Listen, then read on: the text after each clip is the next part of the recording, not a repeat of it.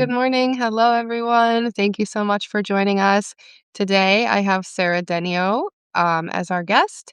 So, Sarah and I are part of a networking group. We've crossed paths quite a few times and gotten to know each other a little bit. So, I'm so excited to talk about what we do and how that interacts and to introduce everyone to what inner alignment is.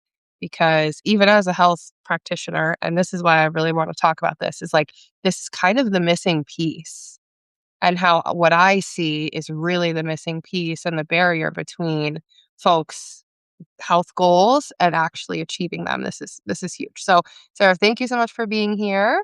Thank you for Um, having me. it's my pleasure. I would love for you to introduce yourself, tell us what decade of life you're in, what you do for work, and what you do for fun. Great. Thank you. Thanks so much, Emily. I'm super excited to be here with you today because obviously I'm a little biased, but I 100% agree with you that this is the missing piece for so many people. So, any opportunity that I have to spread the word, obviously, I'm so excited. So, I'm in my 40s. So, my fourth decade of life, I guess that would be. As we were just saying, I'm an inner alignment coach. So I'm a inner alignment coach. I'm a Reiki practitioner.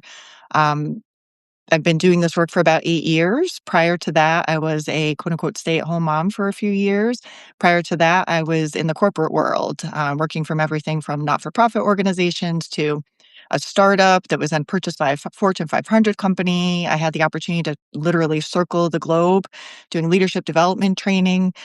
So I bring all of that to this work that I do now. And so I'm really grateful for all of that experience as well. What was the third question? What do you do for fun? Oh, for fun. It depends on the time of year. Right now, I live in the Northeast, so I ski, ideally. It's been so cold that it's actually been hard to even get out to Yeah. ski, but I love to downhill ski with my family. I love anything relating to nature. I love anything relating to music, particularly live music. So whether that's we have a local jazz club that you can walk into anytime there's music going on there. It's always amazing. Or I just traveled to Madrid in November to go see Radiohead. So those are some of the things that really light me up and that I love having something like that to look forward to. So Yeah. those are some of the things I like to do for fun and spending time with my family doing any of those things as well. That's awesome. Do you like to go to SPAC or I local? do. I Yeah. love spec. I love spec. Yeah. I think we're so fortunate that it's right here in our Mhm. backyard and everything from for the last many years, other than during the pandemic, obviously, but been going to the Jazz Fest, which is always the Mhm. last weekend in June, to various artists. And then oftentimes we'll cap it off with, oh shoot, what's it called? I think it's the Willie Nelson Fest. Oh, yeah, like is it Farm Fest? He does Something like Fur Meat that. also. The Oh, name yeah, that's what I was thinking of. is, like, totally escaping my mind right now, but that is always amazing too. Like, it's always Willie at the end, but there's a number of, like, amazing acts. So, yeah, I love to go to SPAC. To either be on the lawn is amazing, and Mhm. those tickets tend to be and the experience of it, like and it's so different depending on if it's Jazz Fest, like, you can bring in literally anything you want as long as it's not in glass. So people will set up, like, tents and blow up chairs and bring coolers or not even Yeah. just coolers, but have, like, shelves set up with like a bar and people playing games and kids doing chalk on the sidewalks to then like a Live Nation event where you can't bring anything, I your purse know. can't be bigger than this and just like how different the experience can be and all, still amazing depending on who the act is and yeah. Mhm. So yeah, suffice to say I love going to SPAC. Yeah, I wish Live Nation would get out of here, though. You can't even bring in a lawn chair anymore. Anyway, I think, yes, it's taking away some of SPAC's essence, Yeah, it but is. what are we gonna do? It is tricky, and I'm fortunate in having now being in my 4th decade that I have had the opportunity to see so many different iterations of it. I remember going to see the Steve Miller Band when I was a teenager Oh, and yeah. being on the lawn, and I think the tickets were like $12 or Yeah. something, but that was before Live Nation. I know, me too. I grew up, in like, the Canandaigua area has the CMAC. I grew up 1 town over, so I spent my teenage years seeing all the icons, like Robert Plant, Bad Company, like, I saw them all for 20 bucks. Right, right. It was just the best. I'm just yeah, maybe we'll get back there. Yeah, well, and fortunately, I do feel like you said, Live Nation is often involved, um, and, at SPAC nowadays, they do really have a lot of really amazing acts that come Yeah. right through here, so we're really fortunate, and Mhm. it's not, um it's not every area that has that, True. so I don't know, I like to take advantage of that too, and Yeah. and sometimes it's easy to not appreciate it, but then when we look at it, we're like, "Wait a minute, these are some really cool" and such variety too, Mhm. whether it's, Mhm. again, everything from jazz to rock to country to festivals, Fish was there a few Yep. years ago, like, yeah, there it's really we're really fortunate, and just the grounds themselves, even if you're not going for a show, it's so Mhm. cool to Yeah, have I love the that, state park. Yeah. like, and all of that, yeah. Yeah, definitely, and it's, like, so good for you. It's culture's coming to you. Just go in, absorb it, and get lost in that moment. It's so true, yeah, sometimes we feel like there's not enough time, and in some ways there Mhm. isn't, but at the same time, I don't know, like, it doesn't actually, I just saw a snippet, I didn't listen to the whole thing yet, but Mel Robbins' most recent podcast, she was talking about and I wish I remembered the name of the woman she was, doing the interview with, but she was talking and she's like, "A time, like, you do have time if you think about, like, how much time there Mhm. is and how even if you can carve out that 1 hour, what a difference that makes to have that thing that you're looking forward to, the 1 Yeah. hour out of the week or whatever, like, it really does shift your energy, and that really resonates with me, of course, given the work that I do because, yeah, whether all of the constraints on our time that are real are going to remain real. This isn't about Yeah. life ever being all rainbows and unicorns. It's about learning how to be able to work with the constraints as they are and not let Mhm. them keep us down or, keep us feeling low or whatever and feeling like I can go to SPAC if I want to, whether it's Mhm. for a 10-minute walk with a friend or to see a show or whatever. Mhm. Yeah, it's really it's perspective. Perfect. Well, perfect segue into let's start out with that. If you could define kind of what inner alignment means. Yeah, yeah. So it's a good question. I mean, define, who knows? If I were trying to Yeah. write a description to put it in a dictionary, I would probably have to noodle on it for a while. The way Yeah. that I like to describe it and the way that resonates with me and seems to be or to resonate with other people is I feel like inner alignment is recognizing that everything that's going on out here, meaning external to us, is simply a reflection of what's going on in here, meaning internal to us.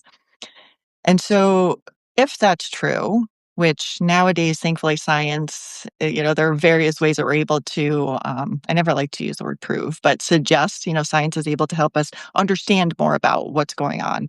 And energy literally works on resonance, meaning, and so that's where like the law of attraction comes in, or whatever you Mm. want to call these different things. There are all sorts of like seemingly woo woo or whatever you want to call them kind of words. It's really just about like energy works on resonance, meaning like things attract. So, however we're feeling is what we're going to attract more of. And this is one of the ways that one of the reasons that I love, sorry, I'm supposed to be defining, but No, it's one of the fine. reasons why I love this work so much is this is what's happening already. So it's not about like it is about learning to do things differently, but it's recognizing this is what is already creating the life that you are living, the things that are going on in your world. And so when we can recognize that or understand that or understand the mechanics of it and how to shift things, then this is why I'm so passionate about this. You have one place to look rather than feeling like you have, and of course it makes sense because we have to compartmentalize our lives in order Yeah. like for things to feel manageable, but that's not how energy works. When we want something out here, it's a matter of how do I create the feeling of that in here? So to define, sorry, long-winded answer to this, but really inner alignment is about being able to create energetically, create internally the feeling. So thoughts and emotions are always creating our energy that is then resonating externally.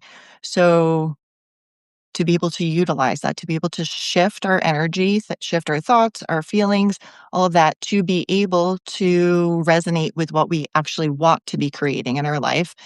And then, of course, as we try to do that, all the things that are in the way become much more evident. And so that's where the work that I do as an inner alignment coach, it's actually like three prongs. Starts out with the nervous system. So nervous system regulation is essential to being able to do any of this because we need to feel safe. And I know Mhm. that sounds like kind of extreme in a way, but from a nervous system perspective, our bodies, our minds, like we're always, that's why we're still here as humans. We're not trying to get rid of that.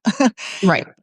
Are we are operating under a state of stress because of the way that our society works now, the way that we Yeah. perceive threats. And so when we can recognize that that's happening and that there's not a literal life or death threat going on, and we know how to shift our nervous system into, feeling more regulated, that's a very first important piece because otherwise we're going to perpetuate whatever is currently internal. We're going to be feeling more stressed, more fear based, if you'd like, and then we're going to be creating more circums of what's going to resonate with that is what we're going to be creating externally. So it starts out with that nervous system regulation. And then, as I was starting to say, it's about the feeling that's underneath all the things that we want out here. The reason we want any of those things, like I was just talking about going to SPAC, for example. Well, why do I love SPAC? It's because of how I feel when I'm there. Why Mhm. do I love live music? It's because of the way that I feel when I'm experiencing it. So I seek that out because it's how I feel and because of how I want to feel. And Yeah. so that's really ideally from an inner alignment perspective, it's being able to understand what is underneath. What is the sponsoring feeling? What is the internal desire that's Mhm. really motivating these things that we want out here? And wanting all these things out here is still amazing. It's not to say not to want those things. Absolutely. That's why we're here, is to Yeah. experience these things. Yeah. And rather than feeling like we have to chase each of them individually, there's usually a common thread or two. And so when we can Yeah. understand what that common thread is and get really clear on what that is, and then start seeking that feeling out in our lives as it is now, well, two things happen. For one, things start lining up more naturally because we're already experiencing that feeling more regularly. Mm. So when we do get the thing, we get to go to the concert, it's like the cherry on top of the sundae because this is so amazing that I'm at this concert and I love this, but I don't need the concert to make me feel that way. Otherwise, I have to constantly go to the concert or go to concerts in order to feel the way that I want. And that's just not sustainable, obviously. That's like And we'll also external validation or like outsourcing kind of thing, right? exactly. It's like Mhm. the old adage or old analogy of like trying to fill the cup. I just Yeah. always need different concerts to fill Right. that feeling. Whereas when I can understand what, in this example, what going to a concert, the feeling that that gives me, and seek out what the heck does that feeling look like on a Tuesday at 4 in the afternoon or whatever, amongst all of the things that I need to do in a day, Mhm. and I can be seeking that feeling in my regular life, then I have that feeling more regularly. So Mhm. that's one thing that happens. And then again, like getting to go to the concert in this analogy gets to be the cherry on top of the sundae. It's amazing. I love it still, but I don't need it. But the other thing that happens is as I try to seek that feeling that's underneath why I love going to concerts or whatever, and I try to create that in my life on a regular basis, all the things that are in the way, what I refer to as the interference or affectionately to the gunk, that is in the way of feeling that way is going to rise to the surface. So this is where from like a framework or mechanics standpoint, and I'm giving you I don't probably like this is not the definition of inner alignment. I've kind of gotten off here. I hope that's okay. Of Um, course. all of those things are going to show up. And so that's where the third prong of the inner alignment work that I do comes in because we need to be able to have or know how to regulate our nervous system so that we can recognize the possibility of inviting the feeling that we want and get clear on what that is and try to find it and seek it out and engender it or embody it on a daily basis. But then as we try Mm. to do that, all the stuff that's in the way is going to show up. So the rest of the inner alignment work is actually about tools and practices to be able to work with the fact that we are human and we have had experiences that got stored up in us. And now, again, this is another one where that sounds so woo woo in some ways, but literally, like the body keeps a score. There are various legitimate scientific Mhm. publications and studies and all this. Like it literally just gets stored in our cells. Energy, when it's not fully processed at the time, gets Mhm. stored up in our cells and we carry it around still living in our cells, which means that anytime something remotely similar occurs, that energy gets poked and we feel it as though we're experiencing that thing that happened in the past. Mhm. Similarly, from a neurological perspective, our thoughts, are wired to get like before the age of 7, we believe we form our beliefs. And Mhm. they say we have like 60 to 90,000 thoughts every single day, but only 5% of them are conscious. If you think about what we understand about the world when we're 4, 5, 6, I mean, you have little kids. Yep. What we understand about the world, oftentimes, even in the healthiest of childhoods, we got some stuff built in that just is not aligned with living the life that we would desire here as Yeah. adults. But that Mhm. stuff kicks in and interferes with our ability to think we're worthy of whatever it is that we want to be feeling or doing, or to literally feel the way that we want because we can tell ourselves like, "Oh, you know, this is fun." Well, if it doesn't feel like fun, Yeah. then there's no amount of, "Oh, no, this is fun," that is going to make a difference. So, anyway, that's where the work is, regulating your nervous system, really understanding, getting clear on what is sponsoring all the things that you want so that you can be Yeah. trying to align with that day in and day out, feeling the way that you want in your regular life. And then as you're doing that, all the stuff that's in the way is going to rise to the surface. And so Yep. with the inner alignment tools and practices and um, all that, you have a way to in the moment be working with what's showing up and actually clear it so you don't have to keep carrying that stuff around forever. Yeah. Wow. Yeah. I mean, I have a million questions and I have like all the concepts of this is I really just want to share with everyone because it's so empowering. And I did a inner alignment coaching program last year, which I've shared with you. And it was so life-changing.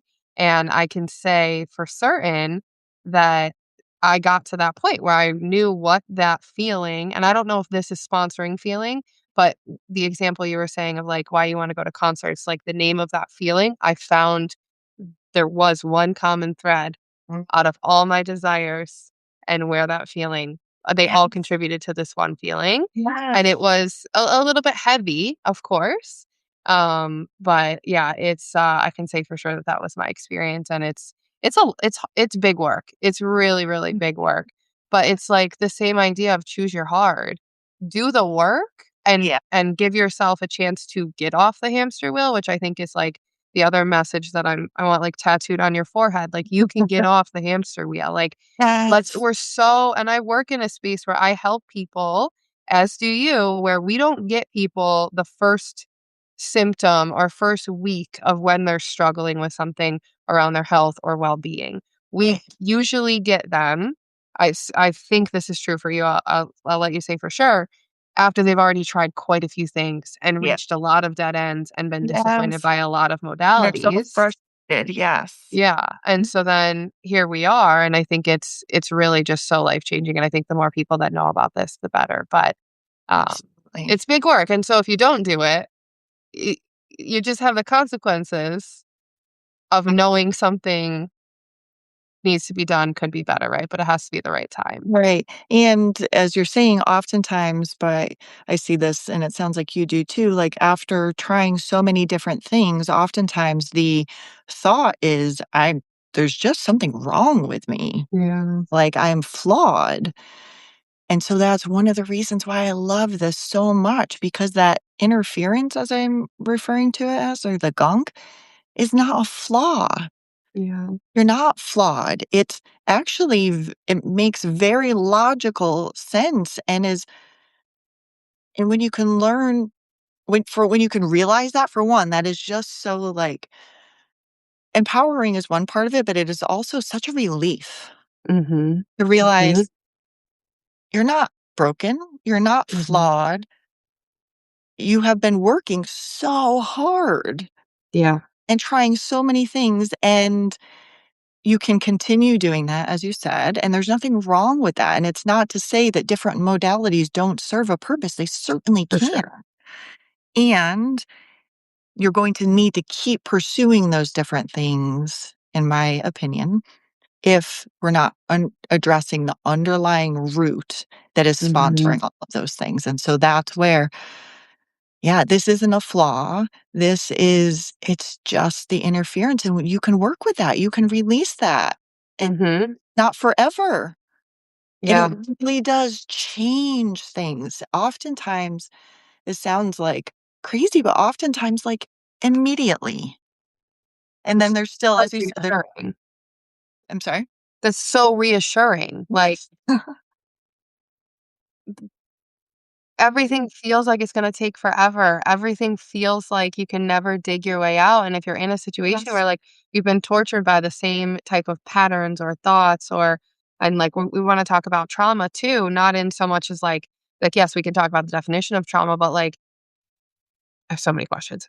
But, like, there's hope. That's the thing. You Yes. can release, and then you can feel, like, Mhm. completely new and different and unburdened. Like, I think chances are, everyone is walking around with quite a few monkeys on your back that you would Yes. love to get off, and you're not sure how, and you've tried all the traditional talk therapy, and Right. probably been put on the medication, and maybe you're now taking, like, meds to fall asleep, meds to wake up, you're overworking, you're doing all kinds of different things, Yep. and nothing's really working, and then you start to feel like it's your fault, and it's not. Right. Right, exactly. And oftentimes we know the monkeys are there. We can't see their faces. We don't know what they look like. We just know we can Yeah. just feel the weight of them. We Yeah. can feel when they come poking in because of something. And oftentimes it'll feel so familiar. And yet it's like in this situation, but yeah. And that's where I don't know, I think it's a relief, as I said, and it also feels so, like, validating Yeah. to people when they realize and I feel so honored, it sounds cheesy, but I feel so honored to be able to witness that Mhm. because people do, women in particular, feel like they're broken, feel like there's something wrong with, feel like these monkeys are always going to be on their back, and then to realize in an instant, in a matter of whatever time frame you wanna choose, like an hour, whatever it is, I can feel really different. Like, I've had the pleasure genuinely of witnessing people, like, laughing, not laughing at themselves in a negative way, but, like, "I can't believe that I was thinking that. It feels ridiculous Yeah. now," or whatever, and it really is possible, like you said. So that hope is it's crazy. It's everything. It's really everything. Yeah, Um, and it's so real. yeah. Yeah. So that's actually perfect because I wanted to ask you. So, especially, like, I've talked about this on here, like, my education was very, like, traditional, conventional, Western thinking. We don't talk about herbs. We don't talk about energy. We don't talk about any of that stuff. And yes, people are gonna think it's woo woo, right? That's okay, right? But the thing is, what are the things that are energy, that are woo woo, that we are all have completely accepted? Like, an example Yeah, that comes to mind would be like love at first sight. yeah, Like, that's sure, just energy, right? Like, do you have any totally. other examples Well, of, like, what I we think think of, but we've I accepted? I think the most obvious example is what is emotion? Mm. Where does even the word emotion come from? I'm pretty sure it's Mm. energy in motion. Ooh. Probably. I don't know. Right? I don't know. We should look that up and somebody Yeah. tell me out if that's not the origin. But regardless of whether that's the origin of the actual word, everyone has experienced emotion. Yeah. Well, what the heck is emotion? Mhm. What is a thought? Yeah. And That's how we know nowadays we something's have real.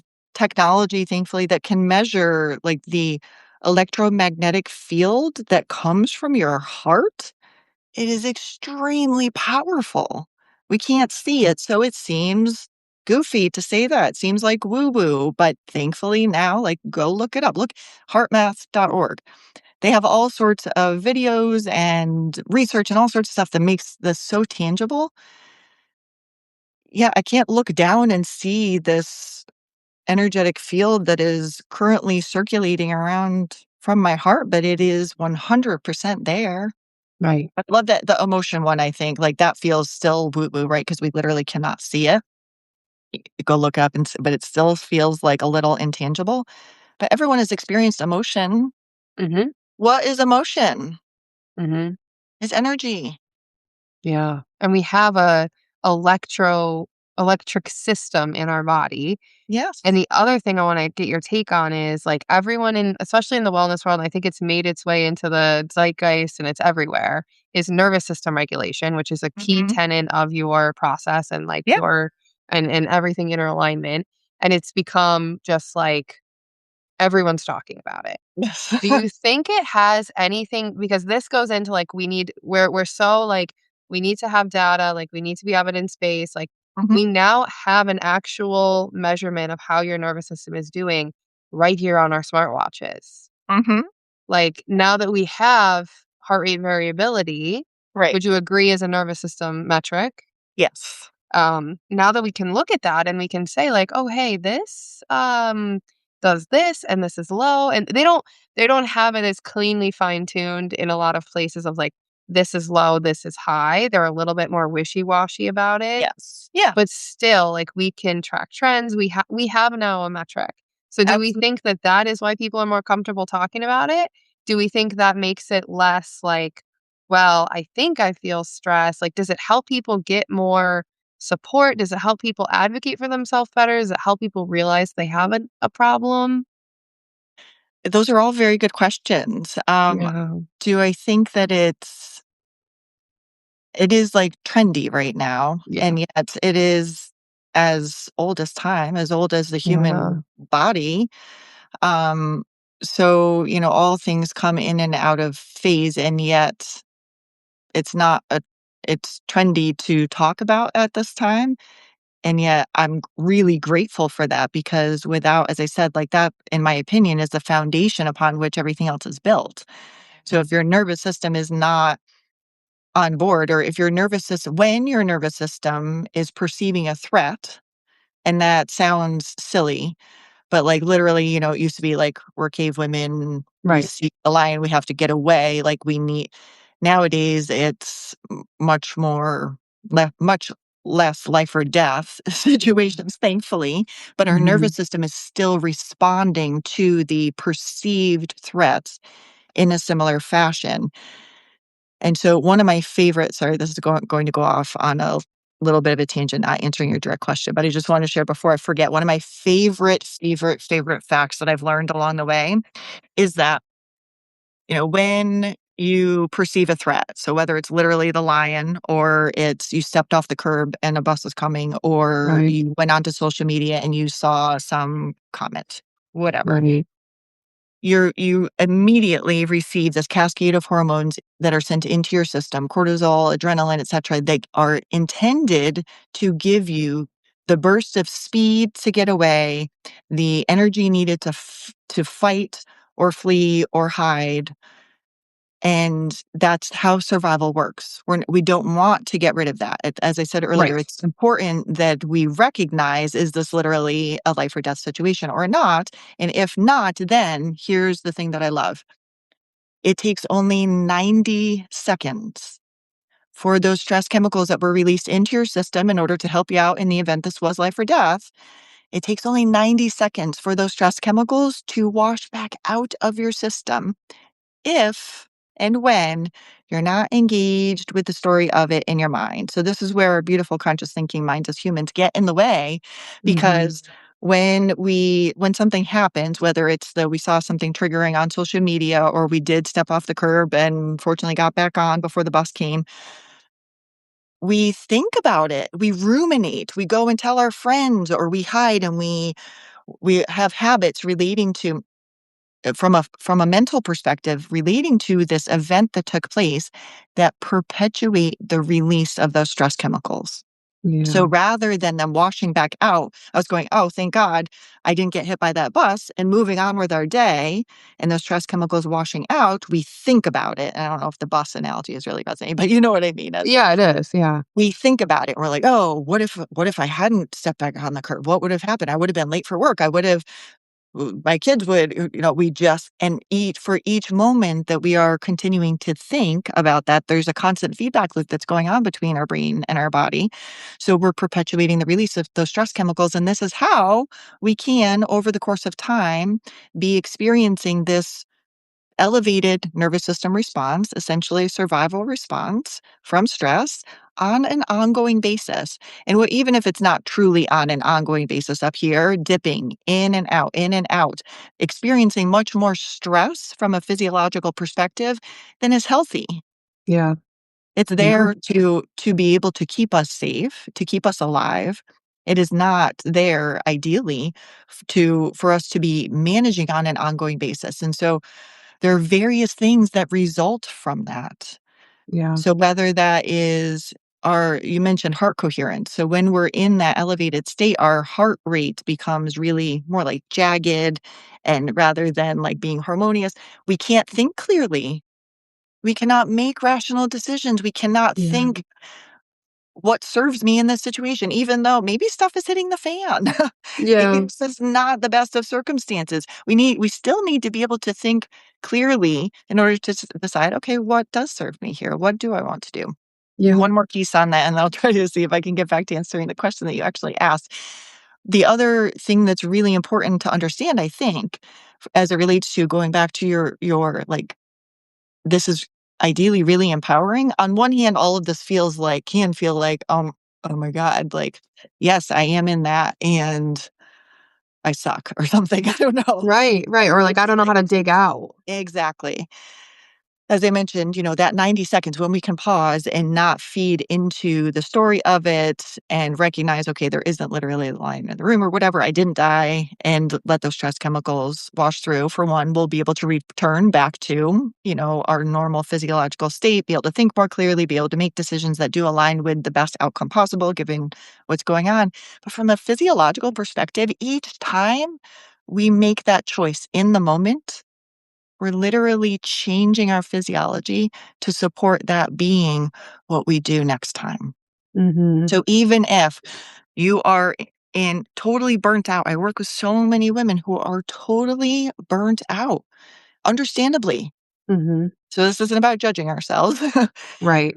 Totally burnt out, and their minds, literally from a neurological perspective, the neurons that have wired together and have been the ones that have been firing together around managing all the stuff, and I don't wanna go down that rabbit hole, but Yeah. and from a physiological perspective, there's a neurological piece, and then from a cellular perspective, our cells always have more receptors for whatever chemicals they've been flooded with in the recent past. So if that is cortisol and adrenaline and the stress-relating chemicals, you're gonna have much more receptors for those cells, for those, chemicals, for those hormones, and so you're going to feel those things a lot more readily, and each time Yes. you feed into that stress, not intentionally, just because that's the inertia of how things are currently set up, if you're building more from a physiological perspective, that goes the other way too, though. Each time, each moment that you do pause and realize, "Okay, this is not li even though it feels like death in this moment, this is not a life or death situation.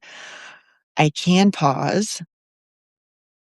You're letting those stress chemicals wash through, and they're replaced with more of the feel-good hormones, not the stress hormones, and you're building more Mhm, receptors on your cells for those feel-good hormones.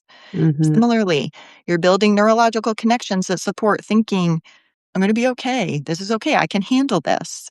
This isn't what I would have wanted, but it's fine. I've got this." Something of that nature, whatever feels authentic, obviously.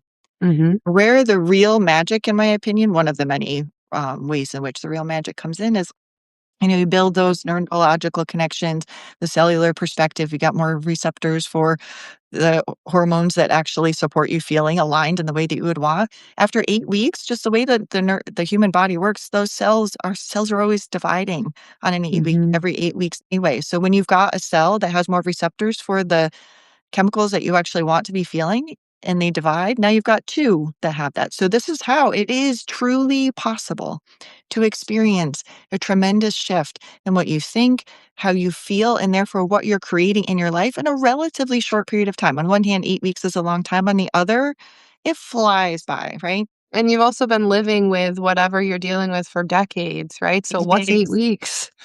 Exactly, exactly. So that's Yeah. where just remembering, like, yes, it sounds like hard work. Yes, it can feel daunting. Yeah. And yet, starting at any time, at any moment, and it's not about trying to make yourself do it perfectly.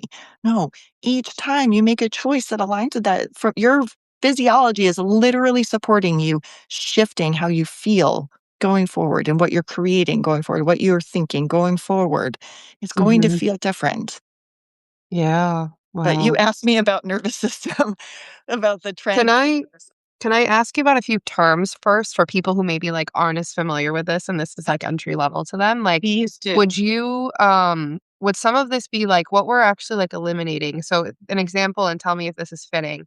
My youngest is a little bit of a wild child, and she especially when she was, like, 1 and 2, she would, like, hit her head all the time. Like, she just, like, wasn't as careful, and my older one was, and so it was hard, and I eventually had to get past, and we had, like, she has, like, a big scar on her forehead, like, I shot her fingers in a door jamb, and I thought they were gonna get cut off, like, Yeah. she was completely fine, but it had the dent, like, oh my god, I'm, like, reliving it. You're Oh probably my feeling god, it it's right now as you're talking about that, right? yes, but, like, so I had every reason to believe, like, she's more likely to hurt herself, right? But the thing that I had to stop dwelling on, and I'm wondering if dwelling is a term that people are more familiar with that you're kind of describing here, is like releasing of, um, all of the close calls. She's also fallen down the stairs, was completely fine, but we had to have the ambulance come check her out, like, Mm, a lot, like, there all the evidence points to, like, no, you should dwell on these things because then you can try to create safety yes. and prevent it from happening Right, again, right, right? right. So, like, I taught myself to start letting the close calls go. Mhm. Almost bonking her head on the car door, like, almost Yeah. doing this, a fall where you're, like, this close to this, or you almost cut your finger. I had to just start letting those go, Amazing, yes. and instead of, like, for hours, like, Stuart, like, she almost hit her head, I can't stop thinking about it, right? Like, Mhm. I stopped, right? I stopped dwelling by somehow teaching myself, which is not a natural skill of mine. So all that to be said, is that an example? And that's like a small, that's not even a trauma. Like it's just a small pattern, but like learning not to dwell, breaking a pattern, acknowledging a behavior, like that's all part of what you're talking about with like interference and like all that stuff, right? Yes, absolutely. I love that example because it's so relatable, right? Yeah. So relatable. Oh. And it's amazing that you were able to teach yourself. So I hear a few different things in there. That you saying I was able to teach myself to let things go suggests to me that you were faced with the possibility of dwelling, Mhm. and you were at a crossroads where dwelling was one possibility, and I don't know, what would you call, like, what do you feel like you chose? I feel like I wouldn't have had a name for it, but what you described, like, you stepped off the curb, you got back up, you're safe. I almost chose to, like, take the route of, like, I mean, that one's a lot more dramatic, right? You almost had a life or death, you probably wanna talk to someone about it, but, like, choosing to just be like, "Okay, it didn't happen, I'm moving on." Yes. Yes. Like, so maybe that, if there's a word for that, for letting it go and letting yourself pop back into, like, rest and digest, because that's Yeah. actually the problem. We're not shifting out of fight or Right. flight. Right. Which one is which? Parasympathetic? The Parasympath is the low That's the the rest and digest? resting and digesting. Yeah, I was going to say the lower functioning, but yes, That's the the calm sympathetic is when mode. you're activated Right. in that stress response, yeah, and And we're parasympathetic. not turning off sympathetic because there's so much stimuli and because of Right. our current just, like, the way that we kind of live in our modern society, so we're Yeah, stuck there. right, we're going to be yeah, right, exactly. Yes. So yes, I hear a couple of things. You were faced so from, like, a mental perspective, I hear you saying, like, "I trained myself to not support the dwelling train of thought and to instead support the" whatever we wanna call it, like, possibility.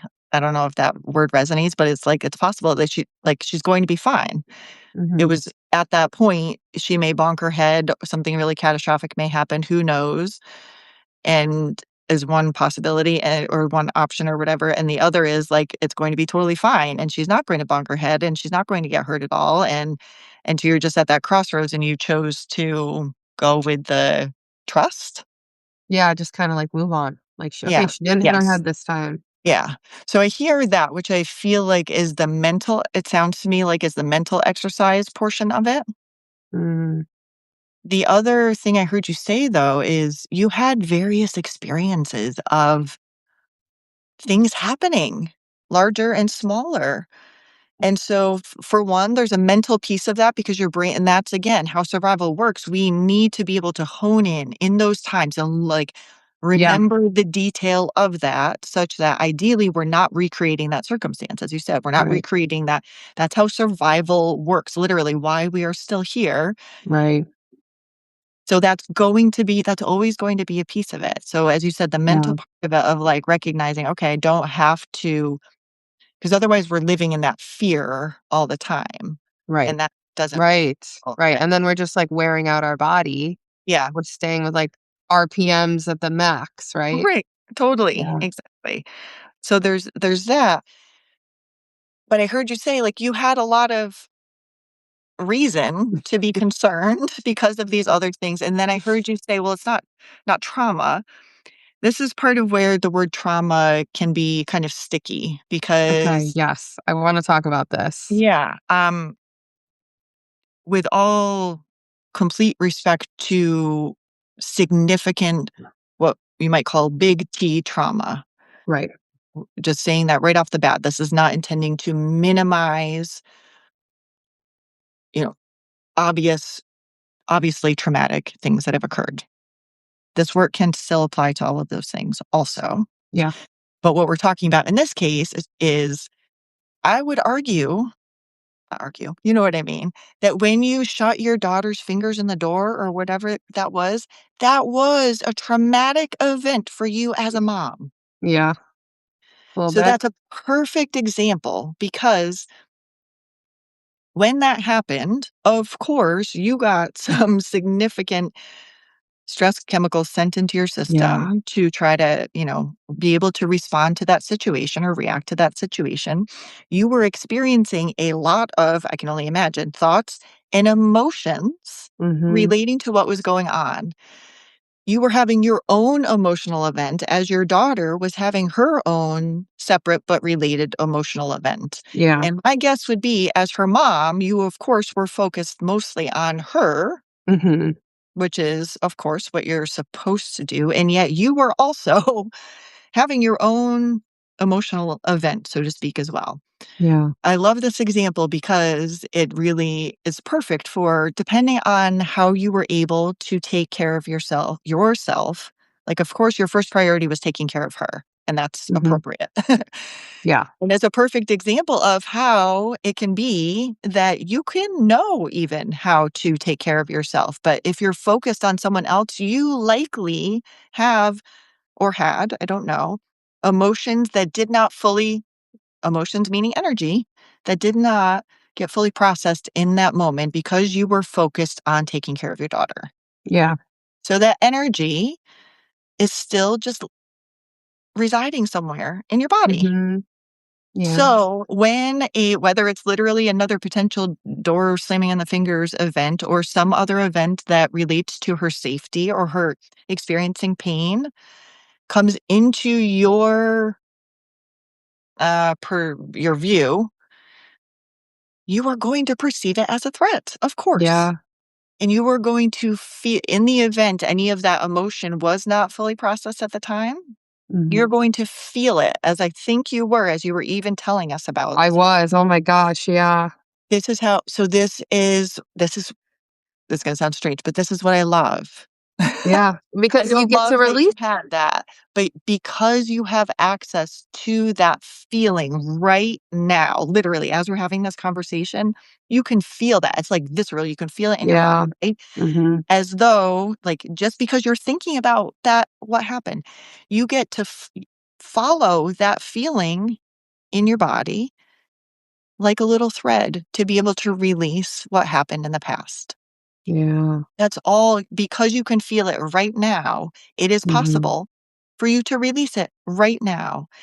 And let's use that as an example. It may be that that's the one time your daughter has ever gotten hurt and you experienced that, whatever. What would you say the emotion was that you, and there's probably a bunch of them, but It they, was like shock. Like, I was like, it's crazy to me that there was a thought in my mind that her fingers were going to be amputated. Like, Mhm. it's so heavy and dark and scary and crazy, but, like, that crossed my mind. Like, she was 1, she had tiny baby fingers, like, it was just so crazy. Like, I just completely shut down, and then, of course, like, I was at a friend's house, and her mom was there, so there was, like, a very maternal presence for me as well. I mean, I didn't really know her very well, and, we had a language barrier even, but, like, her presence was really calming and helpful and, like, but I don't think I really, like, tended to that. But is that kind of I know we're at risk of running out of time, but is, like is that kinda what forms a trauma or, like, crystallizes a trauma? Is, like, something happens, and I've heard someone define it as, like, too much too fast event, Mhm, right? It's, like, kind of a little T, big T, whatever, mhm. and then we don't process it, and then that's how it kind of is forming, like, a crystallization and staying there. Is that part of trauma? In my opinion, yes. I'm not a Yeah. doctor. This is my But you know more about trauma than doctors do.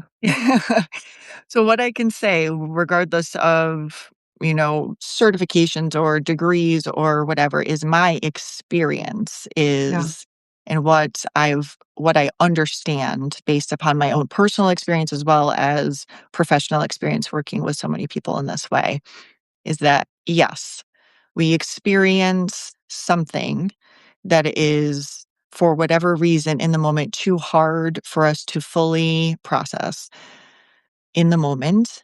And so whatever portion of that is not processed, and I guess that still sounds like so nebulous, doesn't it? No, it makes sense. Okay. There's a part of it that doesn't move through, that stays with us.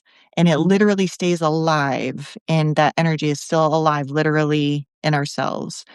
And so yes, that is trauma, Yeah. in the way that I would define it.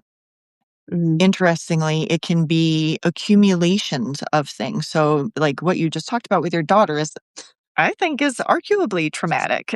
Yeah, yeah. There can be things that are arguably smaller. I hate to even, it's so weird to try to, it sounds like minimizing things, and it's not. That's part of what's so interesting about this is that there can be things that on the surface or to our rational mind could seem so minimal.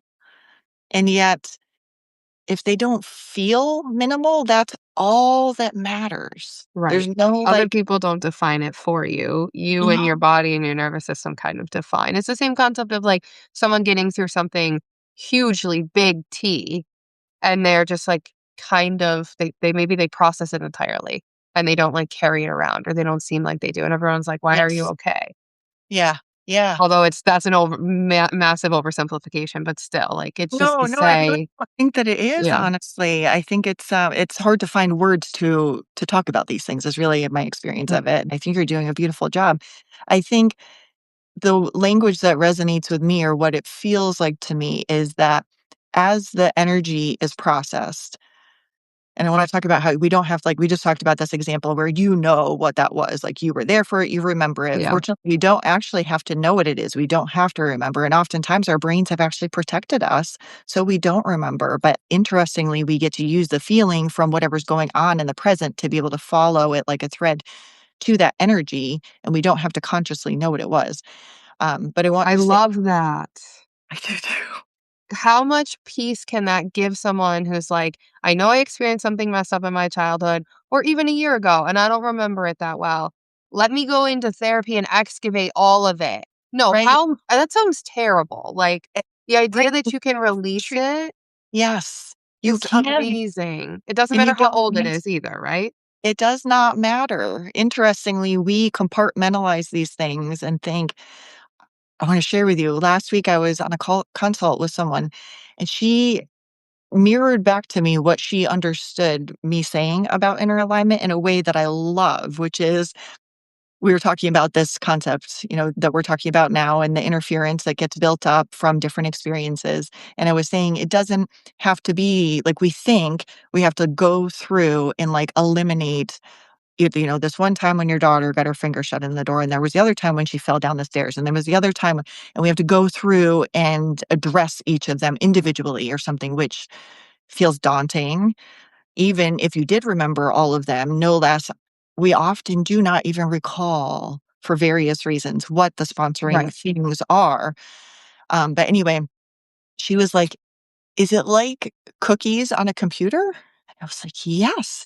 When you go and, like, you clear out your cache because 'cause you've accumulated a bunch of cookies from various websites you've gone to, Yeah. you don't go back through. I don't think can't imagine anyone is like, "Let me go through one by one and see where did Yeah. I accumulate this cookie and what site did it come Right. from and what was I looking at and why," and you I love just that.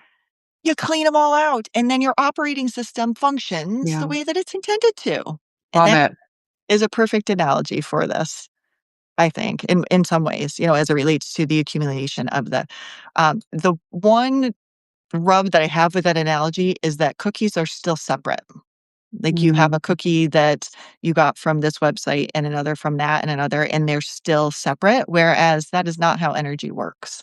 Mhm. Energy is like, if you have one of those, they're like fidget kind of things or even like a time kind of thing where it's like water and oil in some sort of Right. like plastic vessel. And if it's not disturbed, you'll see the water, probably I don't know which is more dense. Probably the water is on top and the oil's on the bottom. I don't know. But they'll be separate.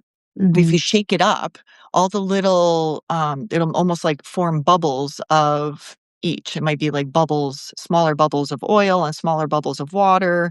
But then as it sits, they all just merge back in with their water or oil compadres.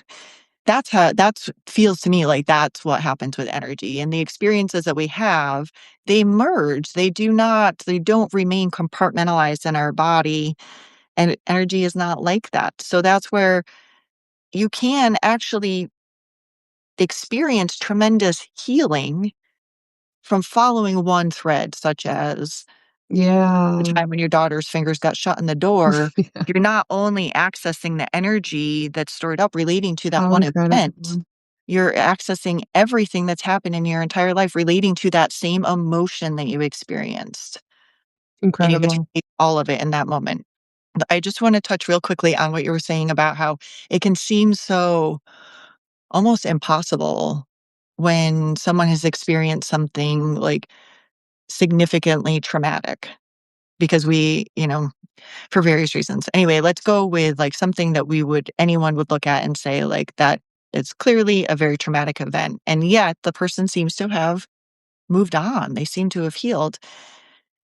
In my experience, that is the energy that's no longer serving, as in the energy that got stored up that wasn't able to be processed in the moment because of the significant nature of this event. When that is healed, it doesn't change the fact that that event happened, of course. Right. Thing that happened is still part of the story of the person's life, but it becomes integrated into the story of their life. Whereas before that energy is processed, when it still feels like it has power over them, Right. it's it's not integrated into the story. It's this thing that happened that has a different weight, has a different power, and has the ability to change how they see themselves or how they behave or how they interact in the world. And so when the energy has been healed and released, then they're able to think and be more who they actually are. And the experience is integrated into the story of their life such that it's one thing that happened, but they're able to accept it and trust again, even though that thing happened. It Mhm. doesn't have the power to cause them to align with things that are not serving them. Brilliant. Beautiful. We could talk all day. There's so many other things we didn't get to, so I'll have to have you come back. But I want to ask you my closing question. Okay. Um, what do you wanna be doing when you're 80? I would like to be living somewhere on the ocean or where I have Mm, access to the ocean relatively easily, and I would like to be yeah. surfing Ooh, and spending time outdoors and visiting with friends and family. And I don't know, I kind of feel like I would still like to be doing this work in some way, shape, or form. yeah. I love it so much. What iteration that will be by the time I'm 80, I don't know, but I can still see myself doing this work in some way, shape, or form during, even in my eighth decade as well. I could see that too. I think you're exactly where you're supposed to be. It's Mm. amazing. Thank you, Sarah. Where can everybody find you? And I'll link it in the show notes as well. But if you'd like to share the easiest way to get in touch with you. Yeah, so KindNest's website is kind-nest.com, kind-nest.com. So you can find me there. There's information about me. You can find how to find me on social media or set up a call just to chat about things. I have some mini courses. We can have a consult chat to talk about the inner alignment coaching work that I do. There's information about, I really focus primarily on, it's all inner alignment. As you see, I really believe like all roads lead to Rome, as they say. And I Mhm. really focus on burnout, pregnancy loss, fertility, but the work itself it speaks for itself, and it can be any goal or any challenge or any trauma or any desire that you have. It's all Yeah. this, in my potentially very biased but also validated experience. This is the key. So yeah, kind-nest.com, and then I'm on like Instagram and various other social media at Perfect. kindnestempowers.com. Sorry, not com. Sorry, at Yeah. kindnest empowers. Okay. Perfect. Sarah, thank you so much. And thank you everybody for tuning in. And we'll see you next week. All right. Thanks, Emily. Bye. Bye.